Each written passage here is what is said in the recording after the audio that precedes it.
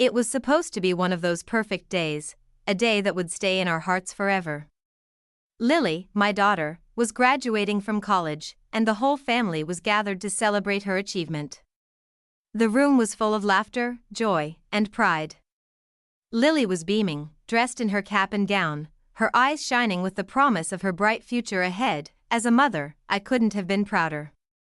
She had worked so hard to get to this point, and today was all about her. This should have been a day of joy, a day when all the hard work paid off.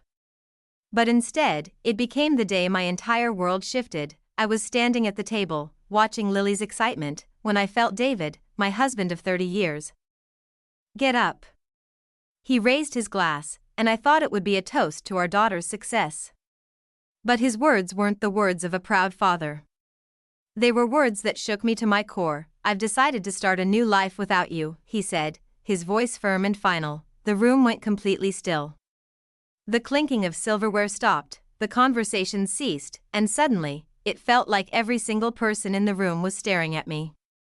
50 pairs of eyes darted between David and me, waiting for my reaction. I could feel my heart pounding in my chest, but I didn't let it show. People were expecting a scene, the tears, the shouting, the dramatic exit. But I didn't give them what they wanted. I didn't react the way they thought I would. Instead, I smiled. Congratulations on your honesty, I said, my voice steady, calm. David's triumphant look faltered for a moment. He clearly hadn't expected me to react this way. But I had no time for drama. Today was still about Lily. She was still the center of attention, and I wouldn't let David take that from her. I turned to Lily, whose face had gone pale, her eyes wide in shock. I kissed her gently on the cheek, trying to reassure her. I'm so proud of you, sweetheart. This day is still about your accomplishment. Please, enjoy it. Then, without another word, I stood up, smoothed my dress, and placed the cream-colored envelope beside David's plate. I turned to the guests, all eyes still on me, and said, please enjoy your meal. I wish you all a lovely afternoon. And with that, I walked out of the room, leaving behind the clamor of confused voices. Outside, the summer air hit me like a wave. But I welcomed it. For the first time in years, I could finally breathe again. The evening was meant to be perfect, a celebration of Lily's accomplishments. We had all worked hard to get to this moment. Lily, my only daughter, was graduating with honors from college, and this was the culmination of years of her dedication, my support, and David's encouragement. It was a beautiful evening, the kind of night you think of when you imagine the milestones in your child's life. I looked around the room, taking in the faces of our friends and family, gathered together to witness this incredible achievement. The sun had just dipped below the horizon, casting a warm, golden glow through the restaurant windows. The place was filled with the sounds of laughter, glasses clinking in celebration, and the low hum of conversations. Everyone was genuinely happy for Lily, and I felt that warmth deep in my chest. David was at my side, looking as confident as ever, his hand resting on the back of my chair. We had been together for 3 decades, and while things had changed over the years, I still believed in the idea that we were a team. But looking at him now, I felt a strange unease. There had been an underlying tension between us for months, maybe even longer. We hadn't talked about it, but I knew something was off. David had always been a dreamer, a man full of grand ideas and plans, often taking risks without considering the consequences. His passions were as fleeting as they were intense, and I had been the one to hold everything together when those passions didn't pan out. I had sacrificed my own career to support him, to make sure Lily had everything she needed, and to keep the house running smoothly. But with every failed business venture, every impulsive decision, and every new passion project that fizzled out, I had slowly begun to lose myself. I put my career aspirations on hold for years, telling myself that once David found stability, I could focus on my own dreams. But the years passed, and David never seemed to find that stability. Instead, it was always something new, another idea, another business venture, another passion. The truth was, I had stopped believing in his plans. They were always grand, always full of promise, but they never lasted. And so, I became the steady one, the one who kept everything afloat, but over time, even I began to wonder if I was fooling myself, if I had let my own life slip away in the service of supporting him. My dreams were put on hold indefinitely. And now, at this moment, watching Lily shine with her bright future ahead of her, I realized something. I was tired. Tired of being the only one holding things together. Tired of always putting myself last. And in that moment, I knew I couldn't keep living this way. The room was alive with energy, but I was starting to feel detached from it all.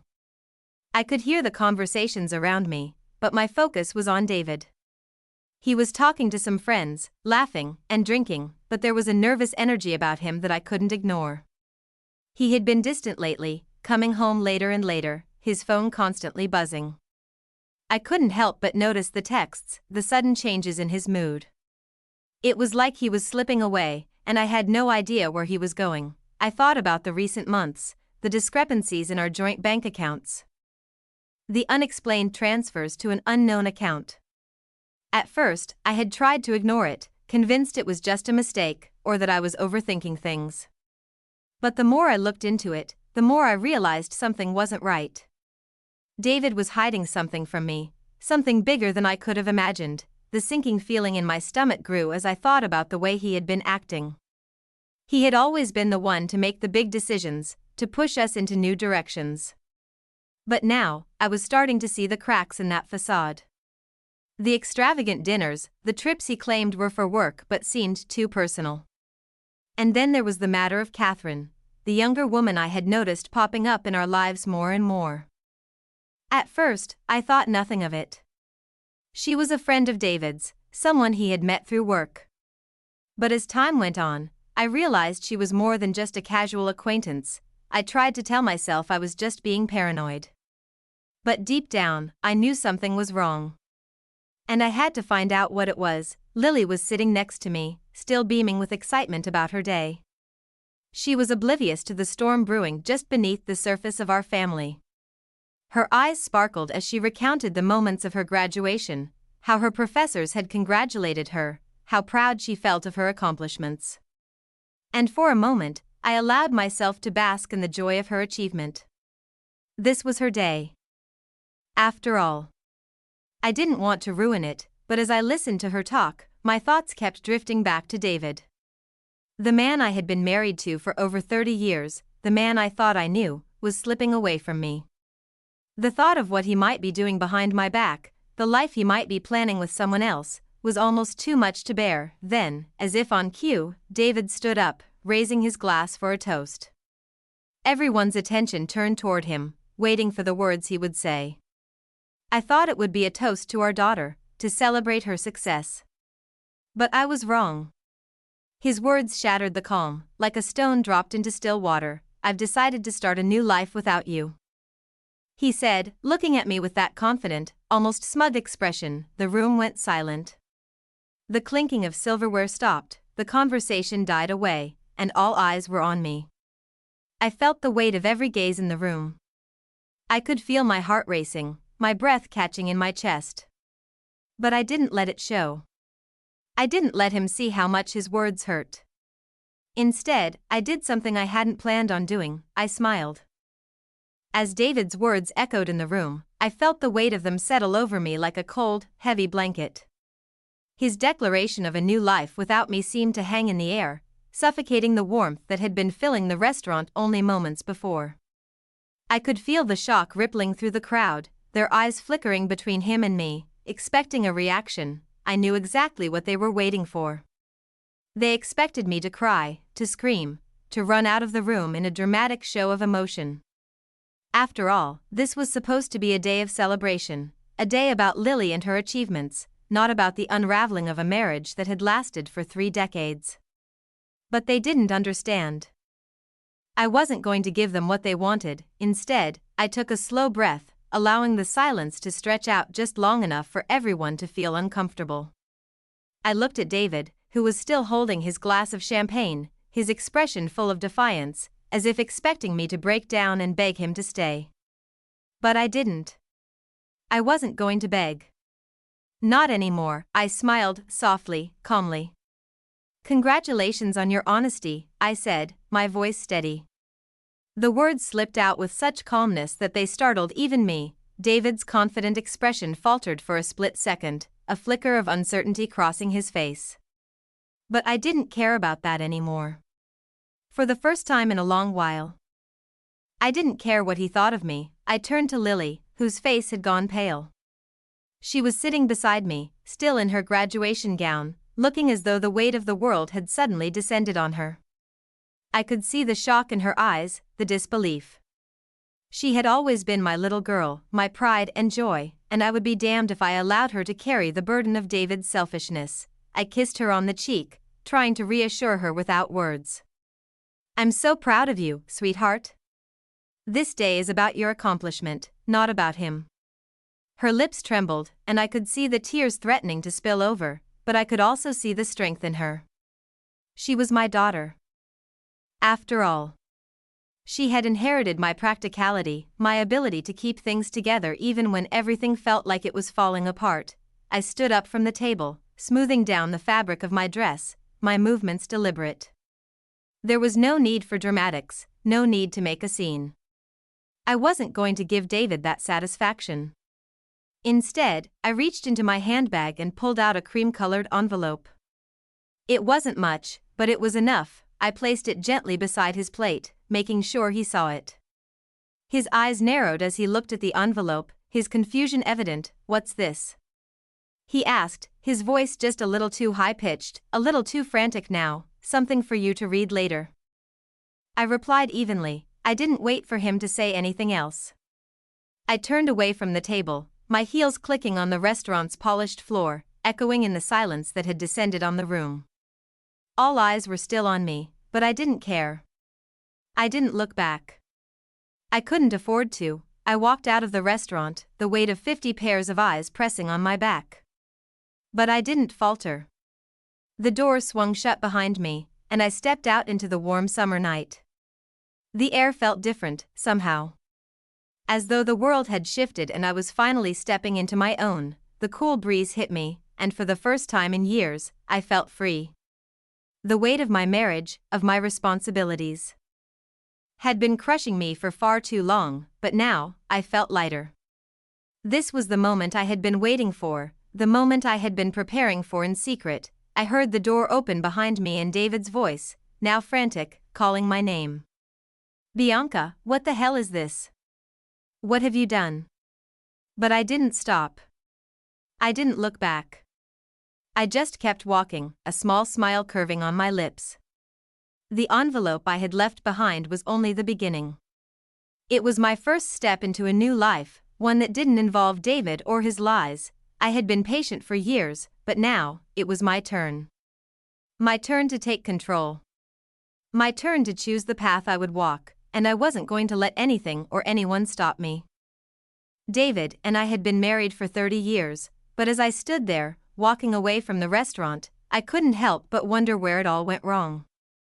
The years that had once seemed full of hope and promise now felt like an illusion, a carefully constructed life that had been built on shifting sands. When we first got married, I had been full of dreams and aspirations, just like David. He was charismatic, ambitious, and full of ideas that seemed to promise a future of success and adventure. I was the steady one, the one who kept us grounded. In the early days, it worked. We were a team. I supported him through every endeavor, every new venture, every business idea. We had the kind of love that felt indestructible. Or at least I thought we did, but over the years, something began to change.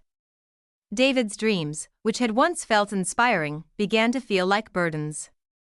He jumped from one business to another, from one passion project to the next, never sticking with anything long enough to make it successful. Meanwhile, I stayed behind, managing our finances, raising our daughter, and making sure everything else was taken care of. I put my own career aspirations on hold, thinking that once David found stability, I would have the time to pursue my dreams. But stability never came. David's enthusiasm for his various ventures always burned bright for a while, but it was fleeting. The businesses failed. The ideas fizzled out, and yet, he always seemed to find a way to bounce back. He would promise that things would be different this time, that this new project would be the one that worked, and I, ever the optimist, would believe him. I put my trust in him, just as I had done when we first got married, but with each failed attempt, I found myself slipping further into the background. My dreams, the ones I had put on hold for so many years, began to feel less and less attainable. I had sacrificed so much to support David, but I had sacrificed myself in the process. I watched him follow his whims, his passions, while I remained behind, always the practical one, always keeping things together. And then, there was Lily. My beautiful, brilliant daughter. She had always been my anchor, my reason for everything. Raising her had been the greatest joy of my life. She was everything I had hoped she would be: strong, intelligent, driven. But as she grew older, I began to realize how much I had given up to be there for her and David. I had poured everything I had into them, leaving little for myself. The cracks in our marriage were starting to show long before the restaurant incident. David's midlife crisis had hit him hard. After his last business failed, he quit his stable job in favor of a new passion: handcrafted furniture. A passion that lasted a mere 6 months before he grew bored. He moved on to the next thing, and then the next, all while I kept working, kept managing the household, and kept putting my own ambitions on hold. I had grown used to the pattern. David would dream big, and I would be the one to clean up the mess when those dreams didn't come true. It was a cycle that I had come to accept, at least until recently. But recently, something had shifted in me. I was tired. Tired of being the one who held everything together, tired of living in his shadow. I had spent so long supporting David's dreams that I had forgotten my own. When I started noticing the discrepancies in our joint accounts, the small transfers to an account I didn't recognize, I didn't want to believe it. I thought maybe it was just a mistake. But deep down, I knew better. This wasn't just a mistake. This was something bigger, something that had been brewing for a long time. And the more I dug, the more I realized that David had been hiding something from me. Something that could shatter the life we had built. I had always trusted David. He was my husband, my partner, my best friend. But now, I was questioning everything. Had I been blind to the cracks in our marriage for so long? Had I been too focused on keeping everything in place to see that it was all falling apart? I couldn't help but feel a pang of regret. Regret for all the years I had spent supporting him, for all the years I had put my own dreams on hold. For all the years I had sacrificed myself for the sake of our family. But there was also a growing sense of anger inside me, a realization that I had been taken for granted for far too long. David thought he could leave me behind without consequences. He thought he could walk away from our marriage and start a new life with Catherine, the younger woman who had somehow entered our lives unnoticed. He had no idea that I had already begun to take control of my own future. The man who had always been so confident, so sure of himself, had underestimated me. And now, it was time for him to face the consequences of his actions. The first hint that something was off came in the form of a small, seemingly insignificant detail: a transfer I didn't recognize in our joint bank account. At first, I told myself it was nothing, maybe an automatic payment, or a charge I had forgotten about. But then I saw another one. And another. Small, quiet withdrawals, moving money into an account that wasn't ours. The first time, I shrugged it off. But by the third or fourth time, I could feel a knot tightening in my stomach. I had to know more. For the past 20 years, I had been the one who managed our family's finances. I took pride in my ability to keep track of everything, to make sure that we always lived within our means. That there was always enough for what we needed. David, on the other hand, had always been more careless with money. It was a running joke between us. He would make grand plans for investments or purchases, and I would be the one to rein him in, making sure we didn't end up broke after yet another of his half-baked ideas. But this was different. This wasn't a hasty purchase or an impulse buy. This was something far more deliberate. I started paying closer attention, checking the bank statements every day. I combed through every line, every transaction, trying to make sense of it all. I started noticing patterns, subtle clues that pointed to something I hadn't been prepared for. There were frequent transfers to a new account that didn't belong to me, or to any of our regular services. And then came the text messages. The moment I saw them, I knew David had left his phone on the kitchen counter, unlocked. It had become a habit of his lately, leaving his phone unattended in the open. Normally, I respected his privacy, but today, something inside me urged me to look. Maybe it was intuition, or maybe it was the growing suspicion that I had been ignoring for too long. Either way, I picked up his phone, unlocked it, and went straight to his messages. What I found made my heart drop. There they were, messages between David and Catherine, his younger lover. It wasn't just casual flirting or sweet nothings. It was a conversation about their future plans. They were talking about moving in together, about buying property, about how they couldn't wait for their new life to begin. The words were all there, as clear as day. And then there was one line that stood out above the rest, one that made everything click. Once the graduation's over, it'll be the perfect time. She won't make a scene in front of everyone. This will be easy. The graduation. Lily's graduation. The day I thought was meant to be a celebration of our daughter's achievement, was the day David had planned to announce the end of our marriage, in front of all our friends and family. It wasn't just a sudden decision. It had been carefully planned. Orchestrated in secret. And all along, I had been oblivious. I felt a wave of anger wash over me.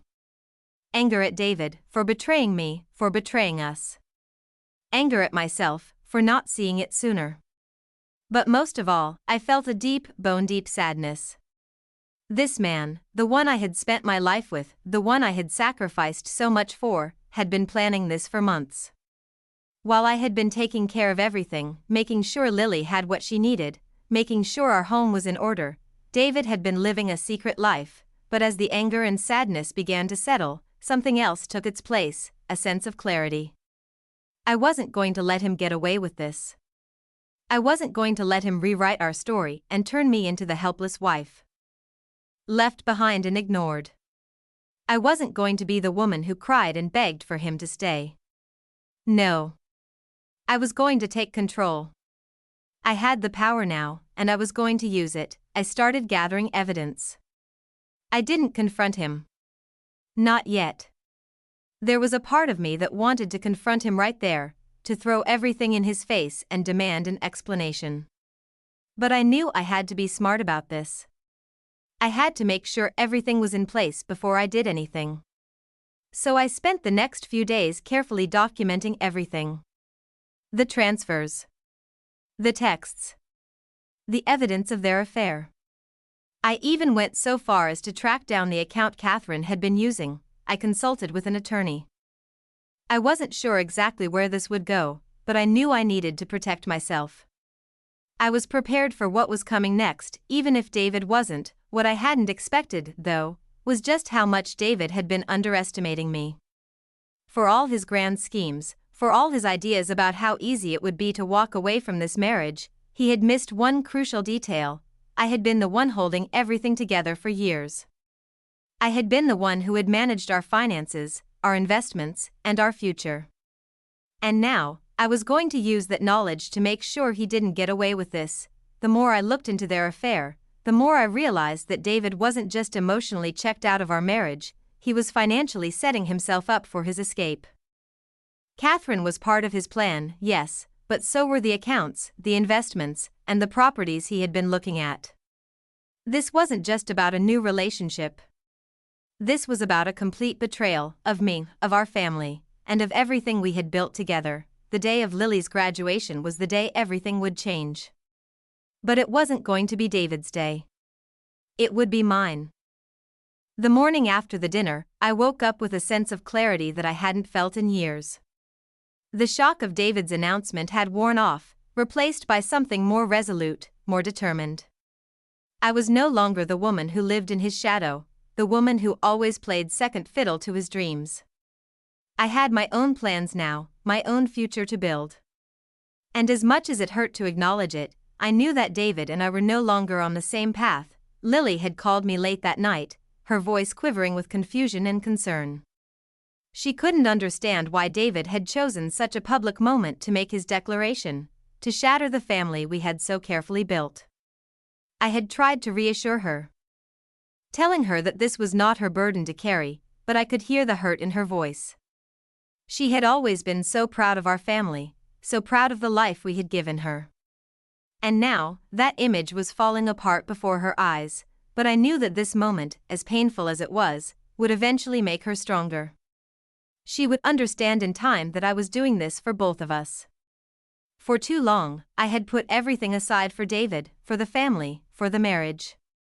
Now it was my turn to stand up for myself, to stop being the one who quietly carried the weight of everything while David played out his fantasies.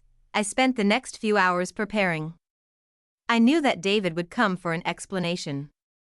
And when he did, I wanted to be ready. I had already spoken with my attorney, Philip. He had assured me that the evidence I had gathered, the bank transfers, the messages, the documentation of his affair, was more than enough to hold up in court. And the prenuptial agreement, the one David had insisted upon, would work in my favor. If he thought he was walking away with his share, he had another thing coming. I wasn't going to let him destroy everything I had worked for. The house, the retirement accounts, the investments we had made together, those were mine, and I wasn't going to let him take them. The years I had spent holding this family together would not go unrecognized. David had made his choice. Now, it was time for me to make mine. Around noon, just as I was starting to settle into a sense of peace, I heard the sound of David's car pulling into the driveway. I didn't move. I didn't flinch. I had been preparing for this moment, and I was ready. He knocked at the door a few minutes later, his voice rising from the other side. "Bianca, open the door. We need to talk." I opened it slowly, taking a deep breath before looking him in the eye. He was standing there, his face flushed with anger, his posture tense. Gone was the confident man who had stood up in front of our friends and family just the night before. Now, he was a man who had made a terrible mistake and was trying to wriggle out of the consequences. "Bianca, what is this? What have you done?" he demanded, his voice laced with panic. I could see it now. The realization that he had underestimated me, that he had miscalculated everything, was dawning on him. His bravado from last night had evaporated. I could almost feel the shift in the air. He was nervous. I stood there, calm and collected, my arms crossed over my chest. "What have I done?" "I've done exactly what you set in motion, David. You wanted to start a new life, and now you have it. Only you seem to have forgotten one thing." "What's that?" he sneered, still trying to hold on to some semblance of control. But I could see the cracks. I could see the fear in his eyes. "The prenup," I said, my voice steady. "The fidelity clause. You forgot about it, didn't you?" David's face turned pale as the reality of what I was saying sank in. He had been so focused on Catherine, so focused on his escape, that he hadn't bothered to consider the legal ramifications of his actions. The prenuptial agreement, the one he had insisted on when we first got married, would now work against him. It had a clause that stated if either of us was unfaithful, the innocent party would be entitled to a larger portion of the assets in the event of a divorce. David opened his mouth to protest, but I held up my hand. "You don't need to say anything. I already know everything. The transfers. The affair. The plans you and Catherine had. I have all the evidence I need." He looked at me, and for the first time in years, I saw something I hadn't expected: regret. It was fleeting, a flicker of realization that maybe, just maybe, he had taken me for granted for far too long. But then, like the man I had known for decades, he pushed it aside, masking it with his usual arrogance. "You think you can just take everything from me? You think you can destroy my life and walk away unscathed?" I shook my head, the disappointment heavy in my chest. "I'm not trying to destroy your life, David. You've done that all on your own. What I'm doing is making sure I get what I'm entitled to."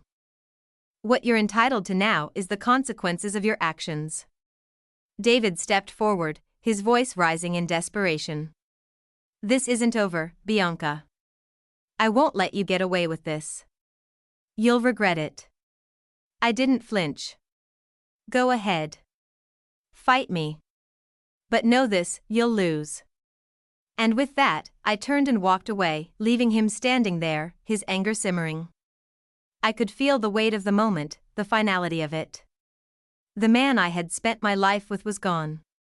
But for the first time, I was free. Free to be who I had always wanted to be. As I walked away, I knew that this was just the beginning. My future was mine to create.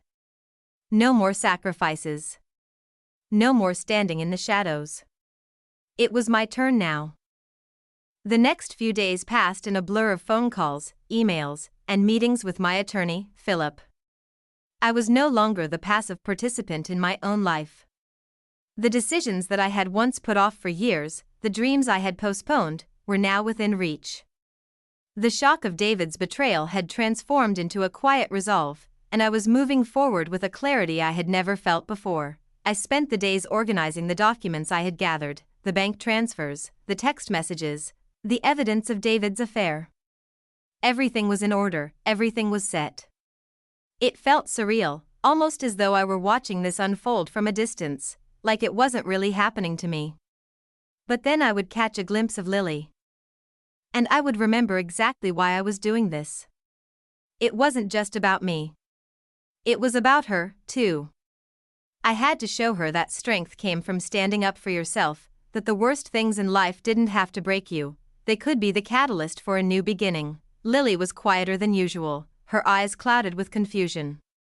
She hadn't spoken to her father since the night of the graduation. I knew she was torn. She loved David, despite everything, but she also loved me. And seeing me hurt, seeing our family falling apart, was something I knew she never imagined.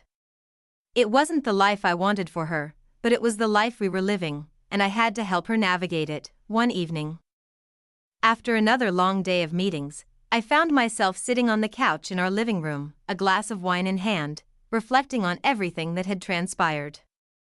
David's calls had become more frequent, more desperate, but I refused to take them. I had nothing left to say to him. There was nothing he could offer me now that would make this right. The man I had known, the man I had loved, was gone. In his place was a stranger, someone I barely recognized, consumed by greed, arrogance, and the need to escape the life he had built with me. I thought about the times we had shared, our vacations, the quiet mornings with coffee, the nights when we talked about our hopes and dreams for the future. It all seemed so distant now, like a different lifetime. And yet, in those memories, I found a strange sense of closure. David's betrayal didn't erase the years we had spent together. It didn't diminish the love we had once shared. But it had changed everything. And that was something I couldn't ignore. The next morning, I went to meet with Philip at his office to finalize the divorce proceedings. As I sat in his office, discussing the terms and reviewing the paperwork, I felt an overwhelming sense of calm. It was as if I had finally let go of the weight I had been carrying for so long. I wasn't just divorcing David. I was divorcing the life I had been living, one that had always put others first. One that had asked me to sacrifice my own happiness for the sake of maintaining a facade of perfection. It was time for me to live for myself. I had always been the one who held everything together, who made sure everyone else's needs were met. But now, I realized that I had to take care of myself. I had to reclaim my dreams, my goals, and my future. David had his own plans for a new life, but so did I. And while I couldn't undo the past, I could certainly build a new future. Over the next few weeks, I made the changes I needed to move forward.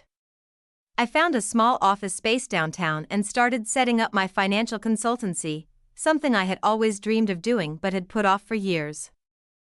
I specialized in helping women navigate major life transitions, divorces, career changes, retirement, and it felt incredibly fulfilling. I was using the skills I had honed over the years to help other women regain control of their financial futures, just as I was doing for myself. Lily came to visit me at the office one afternoon, a mixture of pride and hesitation on her face. "Mom," she said softly, "this is amazing. I'm so proud of you." I smiled at her, feeling a warmth in my chest. "Thanks, sweetheart. I'm proud of me, too." I paused for a moment before continuing. "This is the life I've always wanted, Lily. It's just taken me a while to realize it."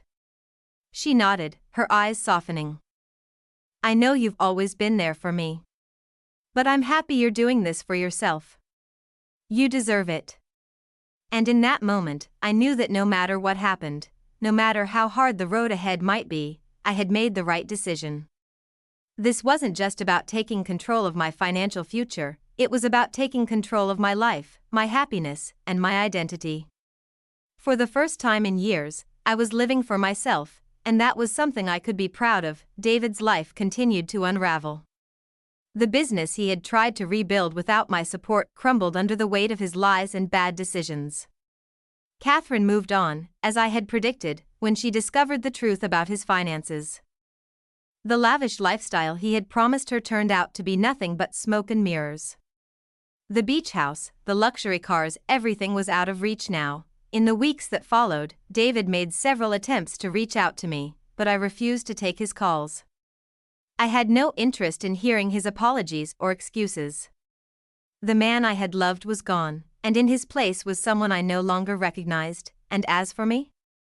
I had found a new sense of purpose, one that was mine alone. The future I was building was full of promise, full of hope, and full of the possibility that comes from finally stepping into your own life. The final divorce hearing was set for a quiet Tuesday morning. It felt surreal, like something out of a dream. The day was overcast, the clouds casting a muted gray over everything, but to me, it felt like the end of a storm that had been brewing for years. I arrived at the courthouse early, my heart strangely calm as I walked through the cold, stone hallways. The judge, a sharp-eyed woman with no patience for theatrics, was set to review the final terms of our divorce. I had already won the preliminary hearings, and now, all that was left was the final ruling. Philip, my attorney, was beside me, walking me through the last steps. We had all the evidence, the prenuptial agreement that David had insisted upon, the fraudulent transfers to his secret account, the messages between him and Catherine, and the financial deception that had undermined everything we had worked for. I had no doubt that the judge would rule in my favor, but there was still a part of me that felt a small knot in my stomach. It was hard to shake off the years of living under the same roof, the shared history, the dreams that had once intertwined. I had never imagined that my life would come to this point, that I would be sitting in a courthouse, fighting for my future while David sat across the room, his once proud face now drawn and exhausted. He had insisted on a legal battle, thinking that somehow he could outsmart me. But in the end, I knew that all he had left was his stubbornness, his pride, and the fragile illusions he had built around himself. As we sat in the courtroom, waiting for the judge to arrive, I couldn't help but reflect on everything that had led me to this moment. There had been so many years of sacrifice, of quietly shouldering the weight of our family, of pretending that everything was fine when deep down, I knew it wasn't.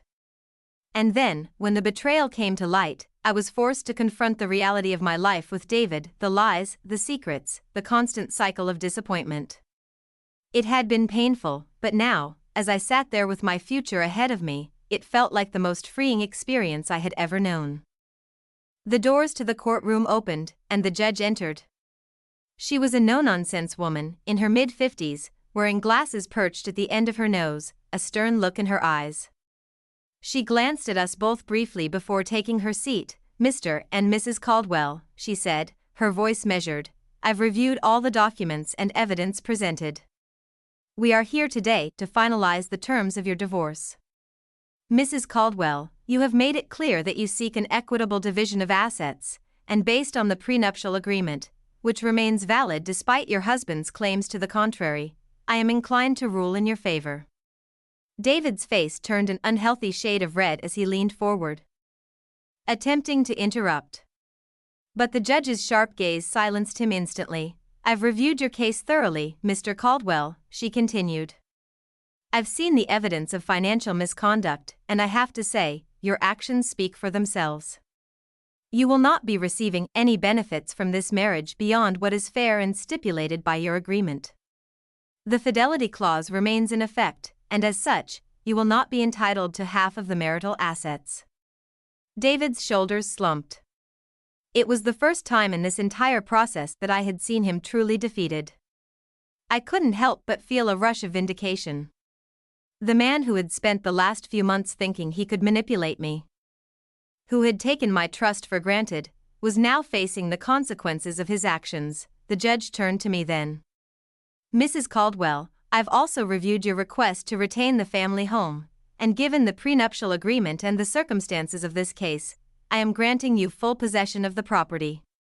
In addition, you will retain the majority of the shared assets, including the retirement accounts and investments, with Mr. Caldwell receiving a significantly reduced share.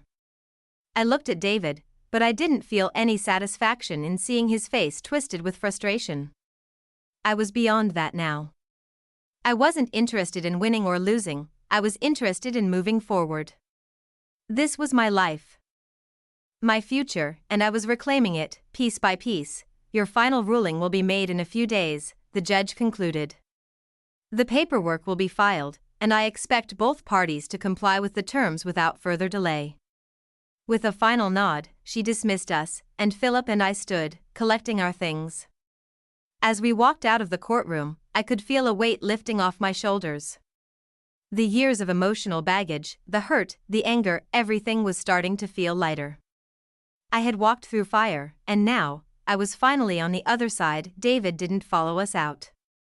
He stayed behind, likely to argue with his lawyer about the terms of the ruling. I didn't care. This was my victory. My moment to savor.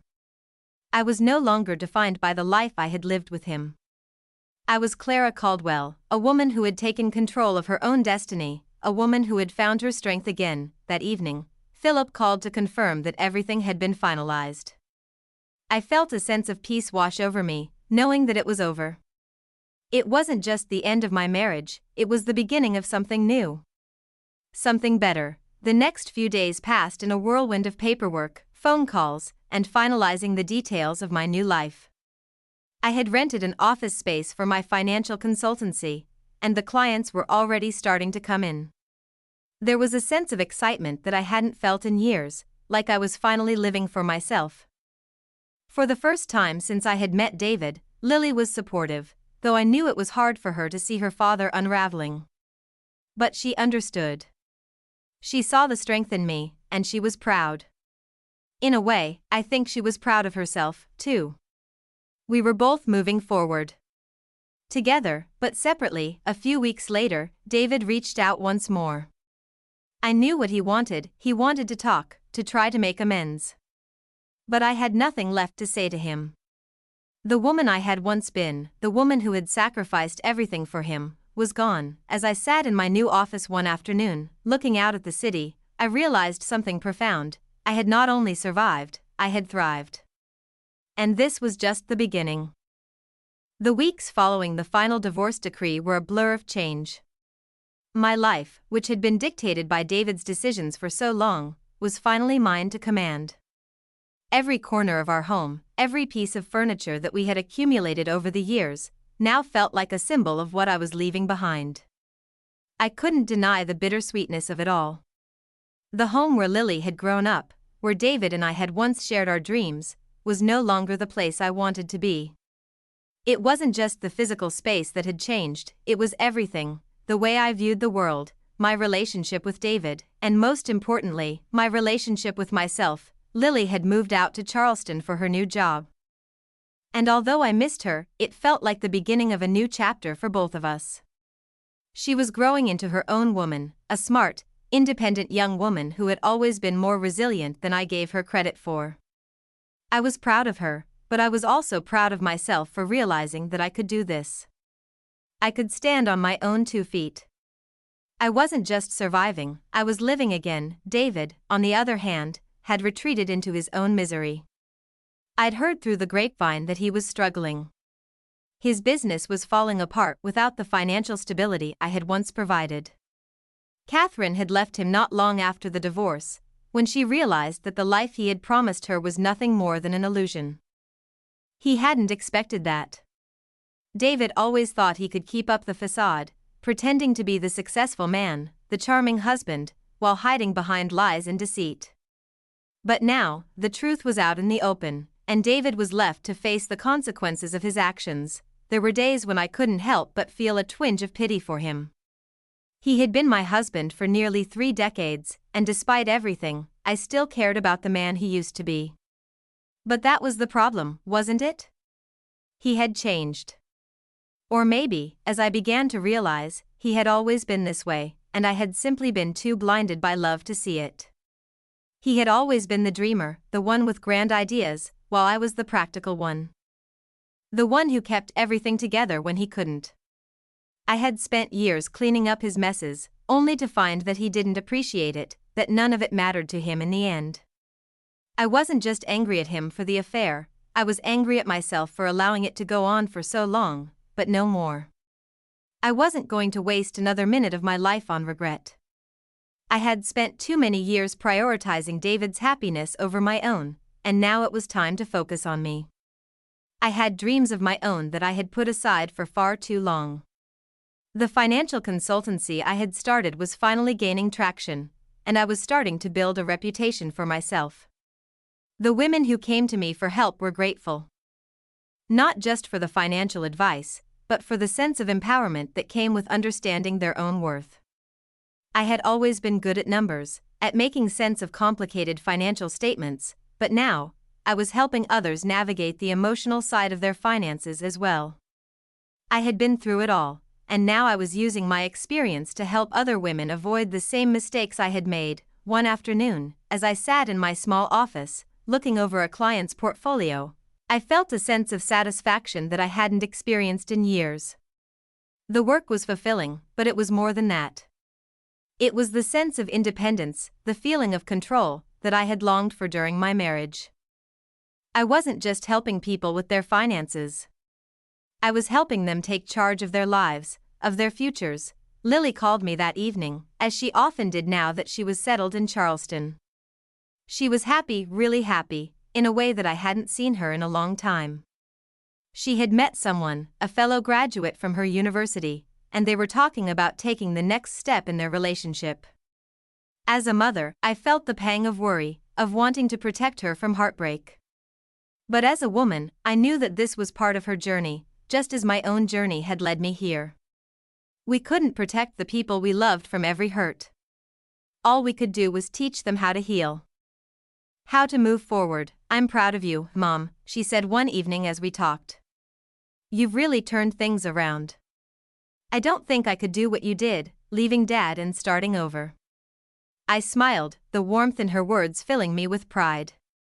"You could, sweetheart. You've always been strong. You just have to believe in yourself." The next few months were a whirlwind of change. I expanded my business, hired an assistant, and took on more clients than I had ever imagined. I even found myself traveling for work, something I had always wanted to do but never had the chance to. I spent a week in New York attending a financial conference, meeting other women in the industry, sharing stories, and learning from each other. It was exhilarating. It was like I was finally living the life I had always dreamed of. David had tried to reach out a few times, but I had no interest in rekindling any part of our relationship. He was a chapter in my life that had closed, and it was a chapter that no longer needed revisiting. The truth was, I had learned more about myself in the last year than I had in the previous 30. I had learned how strong I was, how capable I was of rebuilding my life from the ground up. I had learned that I didn't need anyone to define me. I didn't need David. I didn't need anyone. And then, one evening, as I sat in my office, finishing up a report for a client, I had a thought that brought a smile to my face. This was it. This was my life now. It was full of possibilities, full of potential. The future was wide open, and I was ready to embrace it. I stood up from my desk and walked to the window, looking out at the city. The lights of the skyline twinkled in the distance, and for the first time in a long time, I felt a sense of peace. My life was mine to shape. And I was finally free. The months that followed the finalization of the divorce became a time of personal growth and reflection. The initial relief that had washed over me after David's departure soon gave way to a profound sense of understanding of who I was and what I was capable of. The woman who had once been defined by her role as a wife, then as a mother, had finally begun to carve out her own identity, independent of the people and circumstances that had once constrained her. I learned to embrace solitude, something I had long feared. The quiet moments that used to feel uncomfortable now became sacred, a time to recharge, to reconnect with myself. For so long, I had given every ounce of energy to my family, to David, and to the dream we had built together. But now, I was learning how to give that energy to myself. Lily continued to thrive in Charleston, and although I missed her dearly, I also recognized that this distance was part of both of our journeys. She had grown into the woman I had always hoped she would be, strong, independent, and unafraid to chase her dreams. As we spoke on the phone or texted each other about our lives, I couldn't help but feel proud of her. I had raised her to believe in herself, to not settle for less than she deserved. And now, I saw her doing exactly that. David, on the other hand, continued to struggle. I heard through mutual friends that his business was failing. His attempts to rebuild without the stability I had provided were falling flat. Catherine had moved on, leaving him when she realized that the promises he made were just that, promises with no substance behind them. As much as I tried to distance myself from the pain of the past, a small part of me couldn't help but feel a certain satisfaction. This was the consequence of the choices he had made. One afternoon, I received a letter from David. It was the first communication he had sent since the divorce was finalized. The letter was short, but it was enough to stir something deep inside me. He apologized. Not for the affair, not for the lies, but for how he had hurt me, for taking me for granted. He acknowledged that I had always been the one who held everything together, and he admitted that he had failed to appreciate that. The letter ended with him saying that he would always care for me, but that he had to let me go. It wasn't an earth-shattering revelation. It wasn't a grand gesture, and it certainly wasn't enough to make me reconsider everything I had worked for in the last year. But it was a final acknowledgement of the truth. David had made his choices, and now, I was making mine. I set the letter down and let out a long, steady breath. It was the closure I needed. It was the last piece of the puzzle that allowed me to move forward, fully unburdened by the past, with that chapter behind me. I began to focus even more intently on my business. My financial consultancy, now officially named Caldwell Financial Solutions, was growing rapidly. The clients I was helping, many of them women who had been through divorces or other life transitions, were finding hope in the guidance I provided. It wasn't just about money. It was about regaining control, about feeling empowered to make decisions for their futures. I had once been in their shoes, and now, I was able to help others find the strength to take control of their own lives, just as I had. As I walked into my office one morning, I took a moment to reflect on the journey I had been on. It wasn't easy. There had been moments of doubt, moments of pain, but there had also been moments of clarity and triumph. I had started this journey unsure of what the future held, but now, I could see that the future was full of possibilities. I wasn't just surviving anymore, I was thriving. I smiled to myself as I sat at my desk and opened my laptop.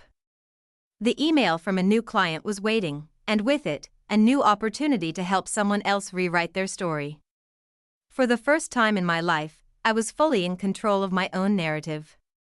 It felt like freedom, and it was more beautiful than I could have ever imagined. As the months turned into a year since the divorce, I began to realize how much I had changed.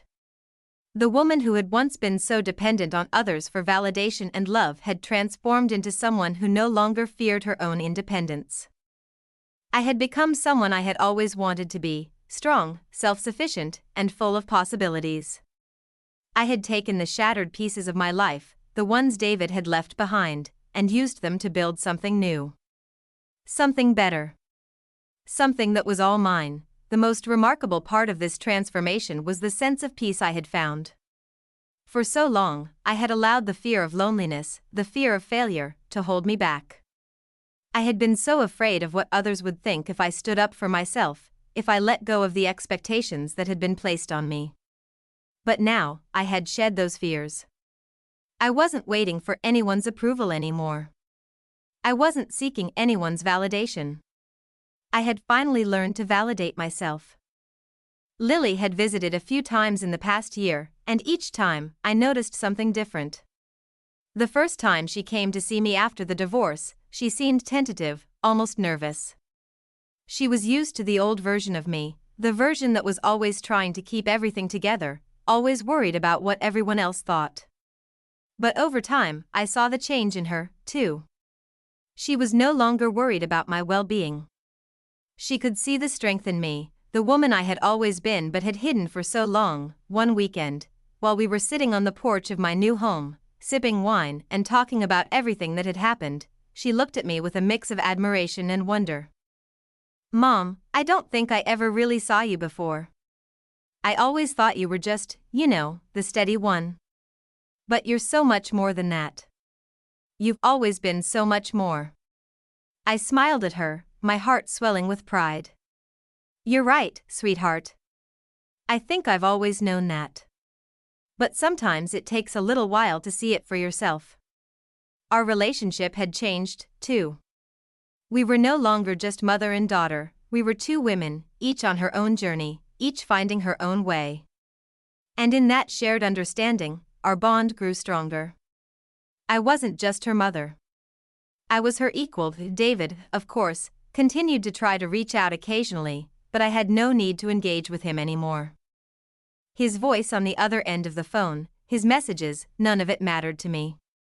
I had no interest in revisiting the past. The man I had known was gone, replaced by someone I didn't recognize. And that was okay. It wasn't about him anymore. It was about me. As my business grew, I found myself thinking more about the future. I began offering seminars for women who were navigating major life transitions, providing them with the tools and resources they needed to succeed. I spoke at conferences about financial independence, about the importance of women taking control of their futures. The more I spoke to others, the more I realized that my story wasn't just my own, it was a story that could help others find their own strength. Every success, every step forward, was a reminder that I was doing the right thing. I was building a life I was proud of, and I was finally living for myself. I wasn't waiting for someone else to validate my worth. I was proving it to myself every single day, and so, as I sat at my desk, looking out over the city, I felt a deep sense of gratitude. For the pain, for the growth, for the lessons learned. I was no longer the woman who had been defined by her marriage. I was Clara Caldwell, strong, independent, and free. And the future, at last, felt like mine to shape. As I stood at the threshold of my new life, looking out the window of my office, the weight of the past began to feel lighter. It was not just the end of a marriage, but the end of an era in which I had allowed myself to be defined by the roles others had placed on me. But I wasn't sad to see that part of my life go. I was grateful. Grateful for the lessons it had taught me, for the woman I had become because of it. I had been through pain. I had been through loss. But I had come out the other side stronger, more resolute. I had rediscovered my passion for helping others, for using my skills and knowledge to empower those who were navigating life's hardest transitions. I was no longer just living to meet the expectations of others, I was living for myself. I had spent too many years putting my own dreams on hold, thinking that I had to wait for the right time, the right circumstances, or the right person. But now, I understood. The right time was when I decided it was right. The right circumstances were the ones I created. And the right person was me. Over the months, I began to see the beauty in every moment of independence, in every step I took toward building a future that was uniquely my own. It wasn't always easy. There were times when I doubted myself, when the shadows of the past seemed to linger a little longer than I would have liked. But those moments were fleeting. They no longer defined me. I no longer allowed them to take up space in my heart. Lily's visits became more frequent, and each time, I saw more of the woman she was becoming. Strong, confident, compassionate. She had always admired me, but now, I saw her admiration shifting into something more: respect. Respect for the woman I had become. She no longer saw me as just her mother, she saw me as a person who had lived through hardship and come out on the other side, someone who had reinvented herself. And in those moments, I realized just how far I had come. My journey was no longer just mine, it was a shared journey with her. As my business continued to grow, so did my sense of purpose. The seminars I had begun giving to women, offering financial literacy and guidance, became more than just a career path. It became my mission, my way of giving back, of ensuring that no woman ever had to feel as powerless as I had felt all those years ago. My goal wasn't just to help them manage their finances. It was to empower them to take charge of their lives, to realize that they were worthy of a life of their own making. That their dreams were just as important as anyone else's. The story of my marriage, my divorce, and my transformation had become more than just a personal journey, it was a blueprint for others. I wasn't just teaching women about money, I was teaching them about resilience, about finding the courage to start over, about reclaiming their lives. David remained a figure in the past, and as time went on, his presence faded more and more. His attempts to reach out, his apologies, his excuses, none of it mattered to me anymore. I had long since forgiven him, not for him, but for myself. I had released the hold that his actions had over me. The forgiveness wasn't for him to have peace, it was for me to have peace. To let go of the last lingering threads of resentment that might have kept me tied to him. And I was free. As I walked into my office one morning, I noticed something. The window that had once seemed like a distant view to a life I didn't think I could reach was now a reminder of the life I had built. I had made it. Not in the way I had once imagined, but in a way that was entirely my own. I was no longer the woman who stayed in the background, waiting for permission to live. I was the woman who walked through every door I opened with confidence, with pride. There were no more doubts about what the future held. The uncertainty had faded, replaced by a sense of clarity that I hadn't known I was capable of. And in this new chapter of my life, I saw everything I had always wanted: peace, independence, purpose, and most of all, a deep and profound love for myself. I was no longer the woman who defined herself by what others wanted me to be.